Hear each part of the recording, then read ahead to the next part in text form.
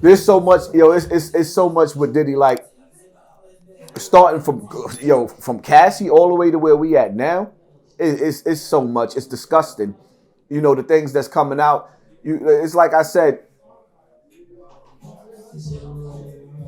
I don't even know where to tackle it. From Gene Deal and the allegations that he have on him, listening to Jaguar Wright and the shit that she's saying about him, the things that's in the paperwork from Cassie. Then you got the dude, Little Rod. Yeah. Little Rod. Now, you got Little Rod. The allegations that he have on Puff is disgusting. And what I will say is that Puff is sitting on his throne. He's a king in the music industry. And you got to do like Little Rod that's chasing his dreams. You got him out there allegedly recruiting girls.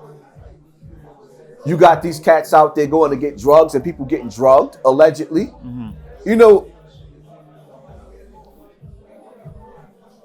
Little Rod didn't come in the music industry to be violated by Puff. He came to chase his dreams. At some point in time, listening to all the allegations, Puff, then he started abusing his power. And, we can't prove the allegations on Usher and Puff, but to hear that man bust that little boy's toe open. So when some people sit up there and say, oh, well, he didn't hurt anybody, he didn't hurt any kids, to hear the things that they said he did to Justin Bieber, those were kids to him. He was a grown man in control of those kids. So now you have to go back to the Bambaataa days, or better yet, the early days of P. Diddy before or when he first came into the industry. How many more boys was affected by him? How many more kids was affected by him? How certain do you feel about those accusations specifically? Because I feel like there's a bunch of stuff that seems like obviously true, like perhaps like some of the details of his relationship with Cassie and everything. But then meanwhile, I feel like the Justin Bieber stuff, the Usher stuff, a lot of that kind of falls into this weird gray area where we don't really have enough evidence to confirm it. But it does seem like there's a lot of arrows pointing in a weird direction. 30 million.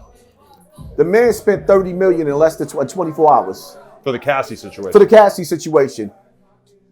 To spend that kind of money, the things that Cassie has to say about him gets worse than what we already hearing. So when you sit back and you analyze Cassie, when you analyze some of the things that we already heard, it gets worse. It gets darker. That's why you would have to kill me before you put a rape case on me and I cop out to it. And then let alone spend $30 million to keep you quiet. There's a lot of guilt there. There is no, like, so when you see Maino sitting up there talking about, he said some slick shit out of his mouth, talking about half y'all niggas.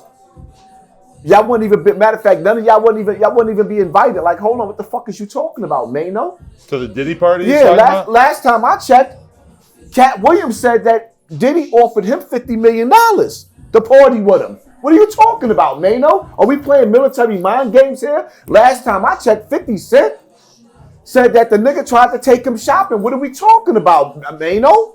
You see, don't play military mind games because Puff put out the roll call and said his friends better start speaking up. Because if you violating people to the point to where that they getting drugged, a nigga, little Rod got audio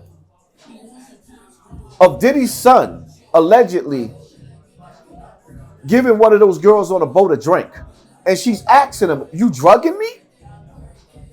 When did we start drugging bitches to get pussy? You hear about that shit all the time now. Like girls have to keep a napkin over their drink in the bar, in the club, whatever. It's kind of astounding to think that many dudes would be trying to get some pussy in such a sinister way. If that's the route that I have to take to get the ass, I don't want it. Nah. I grew up in an era where we had to be dope. We had to have our personalities to get the bitch. Now you got to sit up there and put some shit in her drink? And she wakes up with her clothes off, so now she can't tell the court that she said no? I mean, I come from an era of bitches fucking back. Right. And swallowing cum. If you were drugged, how the fuck are you going to do? I don't want that. Right. I don't understand, like, they're just, like, sort of carrying her home. And then I also, I don't understand the appeal of, like, you're fucking a corpse. Like, that's a good time. it's just kind of baffling that like this is such a common problem. I don't want that on my name. Yeah, you hear about that all the time though? Like, I knew about this before it came out in the industry. You got to keep in mind, I came out on Bam before the Me Too movement. Right. That's true. So now it's like when you really sit back and analyze it, I personally feel like I'm behind a lot of people coming out on these celebrities because they watch my story. They won't acknowledge me.